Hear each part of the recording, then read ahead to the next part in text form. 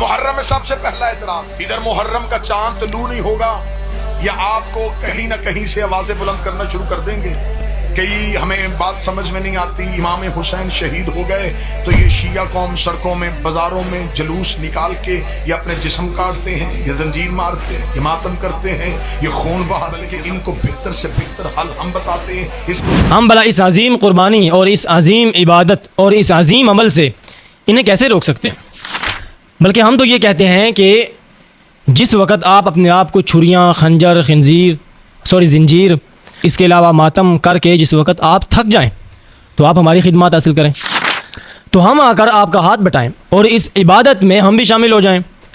यानी हम अपने हाथों में जंजीर पकड़कर, जंजीरें पकड़कर, खंजर पकड़कर आपको खंजर भी मारें, यानी कि आप इस कुर्बानी के अंदर हमारी खिदमत हासिल करें और हमें इस इबादत में शामिल होने का मौका दें। देखें जी, हम ये नहीं कहते कि ये लोग मातम ना करें, अगरचे हमने दलाइल के साथ कई बार ये चीज़ साबित की है कि हज़रत अली, हज़रत हसन, हज़रत हुसैन, इमाम ज़ैनुल आबिदीन, इमाम जाफ़र सादक, जितने भी अइम्माए अहले बैत हैं, अहले बैत के फ़र्द हैं, मर्द उर्द, किसी एक से भी मातम करना, जंजीर जनी करना, सीना पीटना, अपने आप को खंजर छुरियाँ मारना किसी एक से भी साबित नहीं है। लेकिन इसके बावजूद ये लोग नहीं मानते, तो हम ये कहते हैं कि भाई आप मातम करें, ये आपकी अजीम इबादत है, लेकिन बाकी लोगों को जलील मत करें। ये क्या तरीका है कि आप जुलूस लेकर निकलते हैं और बाहर जो है बाकी आवाम को आप जलील कर रहे हैं सड़कों पर, ठीक है, रास्ता रोका हुआ है, कोई मरीज़ है, कोई मरने वाला है, कोई जनाजा है, कोई कुछ है, वो सारे के सारे आपकी वजह से परेशान।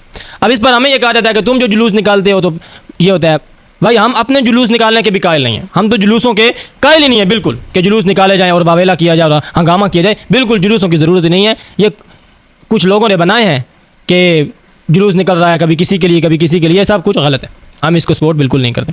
हम बताते हैं इसका सबसे बेहतर हल ये है, घरों में बैठना चाहिए, बावजूद होना चाहिए, कुरान पढ़ना चाहिए, शोहदाए करबला को बचना चाहिए। जो बंदे कहते हैं कि करबला के शोहदा को कुरान पढ़ के बख्शना चाहिए, उस मौलवी की गर्दन पे मैं घुटना रख के उसे ये मनवाने की कोशिश करूंगा, कुरान हमेशा उसे बख्शा जाता है जो मरने के बाद खुद न पढ़ सके। और जो नेज़े की नोक पे कुरान की तलावत करता हो, वो तेरी आयतों का मोहताज नहीं है, वो तेरी तलावतों का मोहताज नहीं है।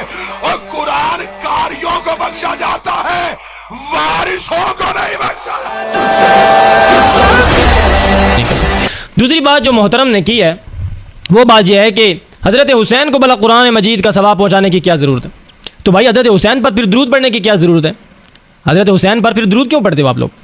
ठीक है, नबी अलैहिस्सलातु वस्सलाम पर फिर दुरूद क्यों पढ़ते हो? हालांकि नबी अलैहिस्सलातु वस्सलाम के दर्जात तो वैसे ही बुलंद हैं, उन्होंने तो कोई गुनाह भी नहीं किया, फिर उन पर दुरूद पढ़ने का क्या मसला?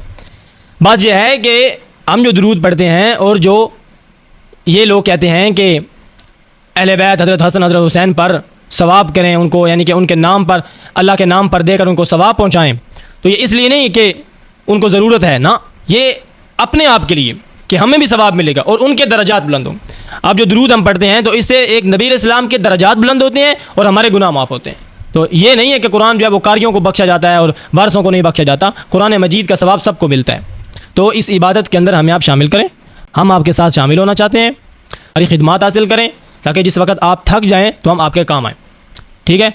क्योंकि जब बंदा खुद पर जंजीर मारता है तो वो इतनी ज़ोर से नहीं लगती, जब दूसरा बंदा जो पीछे से घुमा कर मारता है तो वो बहुत अच्छे तरीके के साथ लगती है। तो आप हमारी खिदमत हासिल करें, हम आपकी खिदमत करने के लिए तैयार हैं इस अमल के अंदर।